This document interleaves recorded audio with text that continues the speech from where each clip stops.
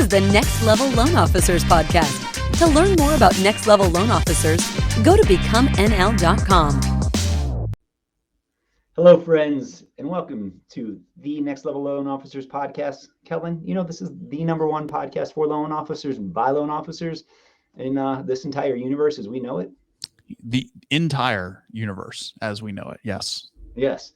So, friends, I'm Sean Zalmanoff, and I'm joined by the one, the only Kellen Vaughn.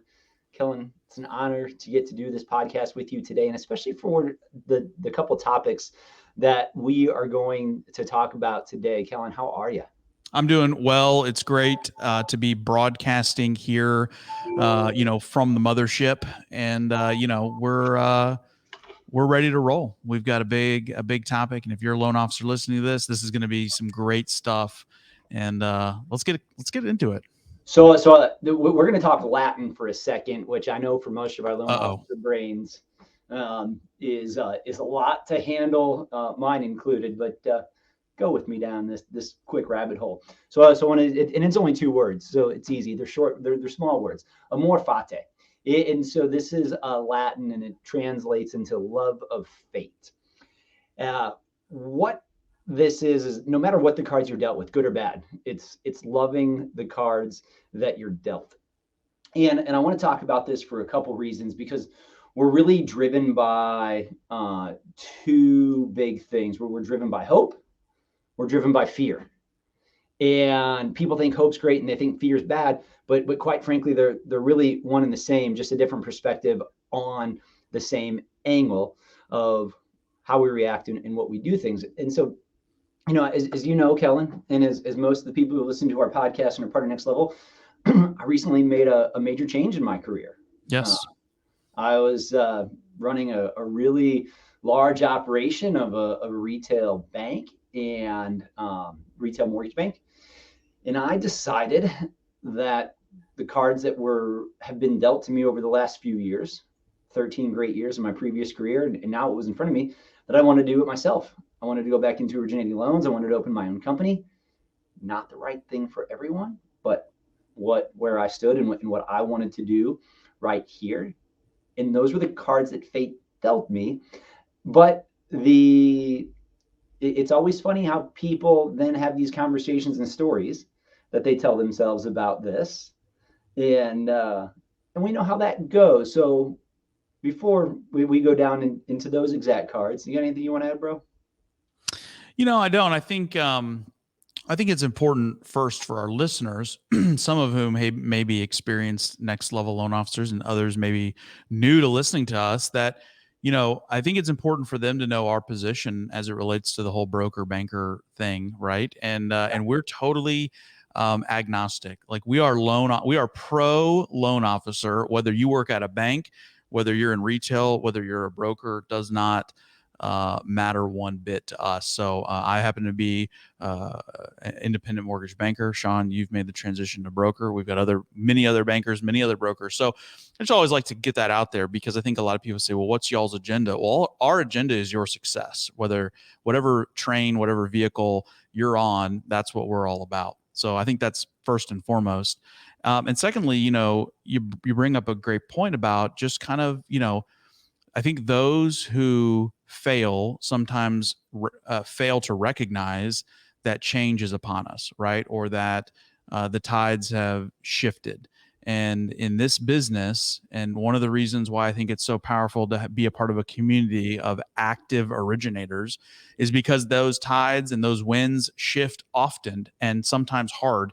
And we have to be in a position to course correct. So I think to your point, Sean, you recognize there was a change afoot, and that the vehicle you were on wasn't serving you in the best capacity, and that's okay. Change happens, things happen, and life continues on. Yeah, I spent 7 years as a broker, then banker. Oh, as a broker, yeah, I originally, spent my first 7 years in the career as a broker, working for a few other companies, then opening up my own.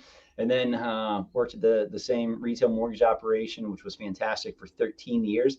And then I just needed to change. It was for me personally. And so now I'm back in the broker world. I could very easily convert my company at some point.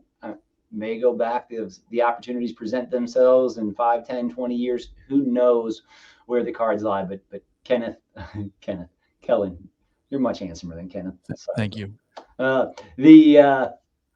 Like you have to adjust to the times.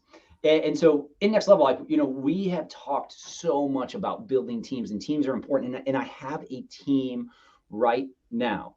But people, it's interesting. I was talking with another one of our members earlier today, and he was like, wait, Sean's back meeting with realtors and talking with clients on a daily basis. And yes, I am, because I want to deal with positive people who want to do cool things like buy houses and help people get into houses. And that is filling my bucket more right now. I have 6 and 8-year-old boys, and more than anything, I wanted to show up in the best manner that I could for them. And that was what really led me to the decision that I made right now. And he was telling me, he's like, Sean, he's like, the reason people question it, they think you took a step backwards. They think that, you left this great corporate gig and rolled back into something that wasn't as good. And I will challenge anybody. First of all, if you think that, you don't have to tell somebody else. You can pick up the old phone and call me. But Right. but two, like, you've got to do what fills your bucket. And the amor fati, what fate dealt me for 13 years was amazing, and it put me in an amazing position. And I got to build a great organization within an organization. I got to spin off 3 P&Ls. I got to promote a bunch of people on my way out as I was leaving. I didn't leave how most people leave, with cloak and dagger in the middle of the night. I went and I talked to our president, and I sat down with her and the VP, and later I had an entire plan laid out, which was in the best interest of the company for me to help execute. And then I was able to promote people. And it was interesting on what happened with some of those people that I promoted on the way out. But this was all about me. People think that it's people do things for all these other reasons, but you got to look up in the mirror every day with the cards that you're dealt and be happy about the decisions you make and what's put in front of you, and make sure that you're setting other people up for success in that process. Well, and I think too, to your point, and this is a challenge that the mortgage industry has, is that success is in the eye of the beholder, right? Your definition of success is different than mine, is different than Shane's and Ken's and any other of our Next Level Loan Officer members. They're all different. We all have different goals and aspirations. And I think that's really what makes our Next Level community so unique, is that we all kind of support whatever those goals are. There's some groups out there that they tout, well, you can only be our group if you want to be a millionaire, right? Well, not every loan officer wants to be a millionaire loan officer, right? That comes with a lot of work. That comes with a lot of hours. And so a lot of them just want to experience what awesome lifestyle this industry can bring to you. And I've got 4 kids. You've got 2 kids. There's different seasons for success, right? Success today for me looks like going home at 4:30 in the afternoon and hanging out with the kids and helping put dinner on the table and all that kind of stuff. Whereas, 20 years from now, when I'm an empty nester, success might look completely different, and that's okay. So I think, to your point, success is different for everybody, and whatever you choose to achieve that success is all on you. The only thing I'd say is make that choice and do your best to execute that. Yeah. So I got 2 stories that parlay into this. One was always an interesting conversation. I was an amazing originator, and sorry, y'all, you can be number 2 again, but I'm the best originator on the planet again now that I'm back in the game. No, here we go. And there's always 2 things that were interesting to me. My loan officers would be like, hey, you don't know what it's like dealing with clients.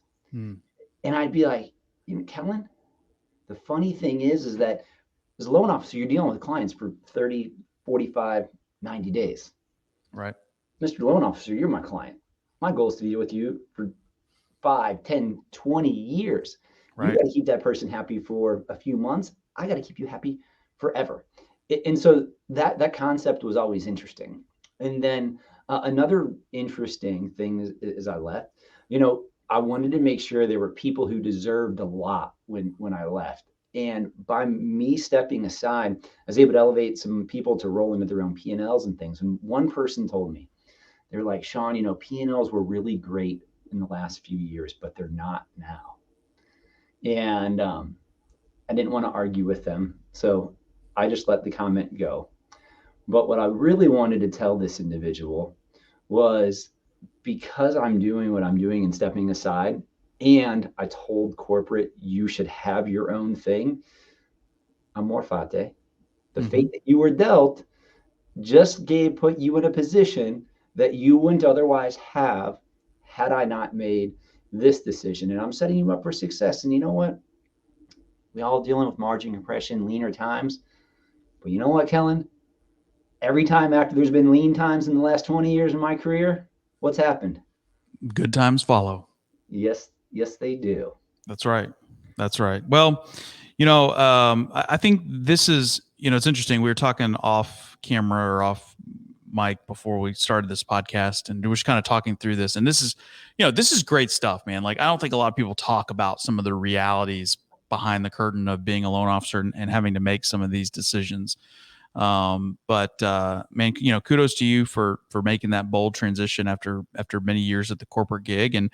And I can only imagine that it's probably not your last stop, right? I mean, you will adapt again as things change. We all will.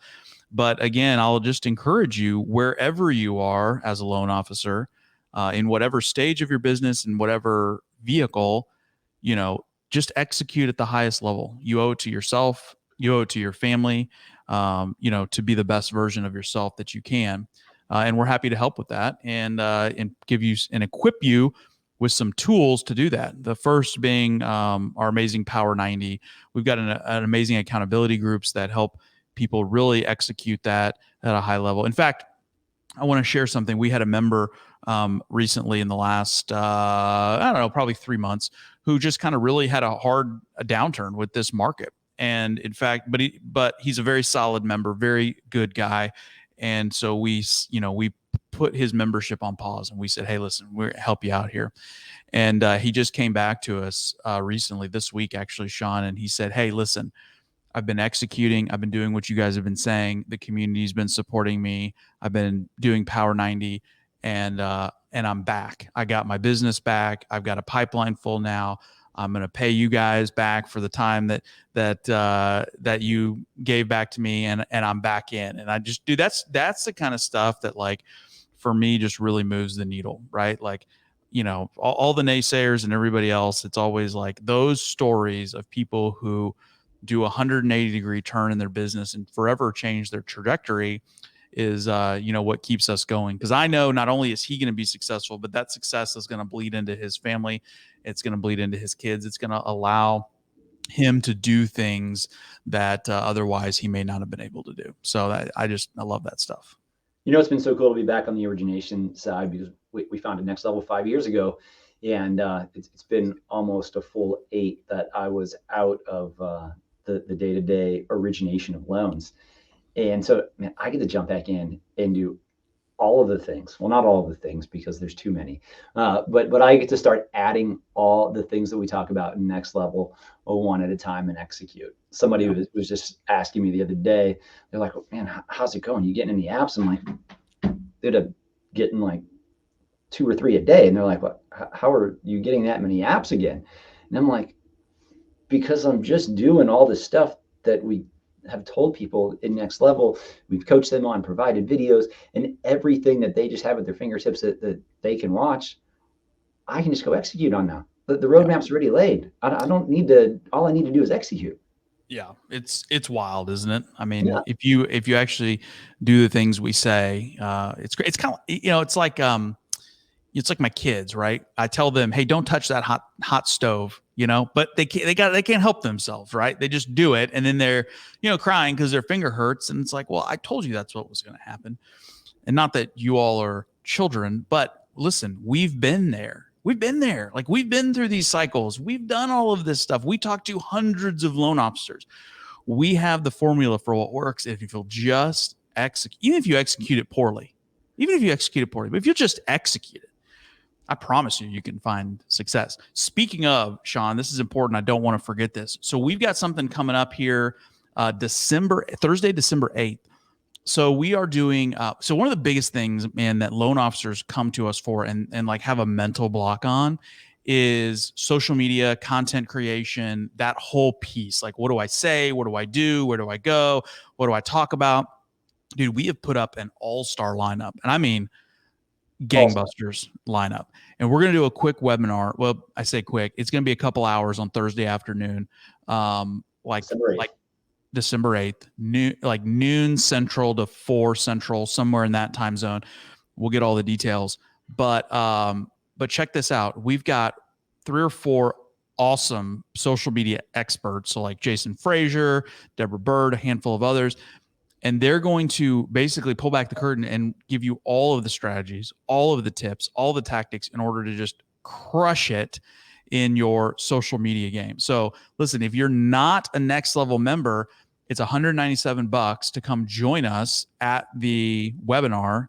And Sean, that includes a full year membership into our Next Level community, all for $197. So it's going to be gangbusters. It's going to be a ton of fun. Did you say that right? I did.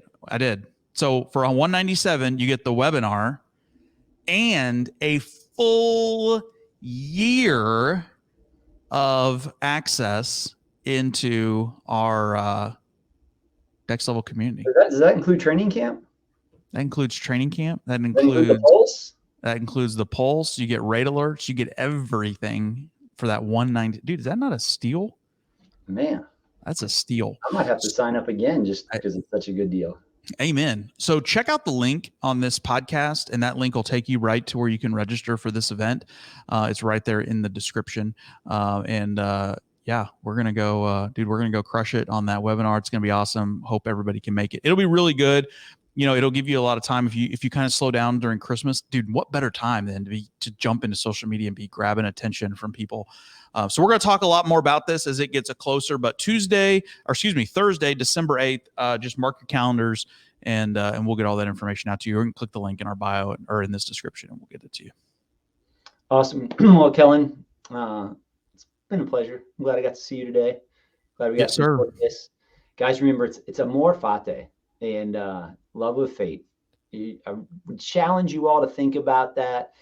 Even if you're not considering changing companies, everything that you have is you're in the right spot right now, which I will tell you that most of you are. Most of us should not be thinking about changing right now. Most of us should not be thinking about moving.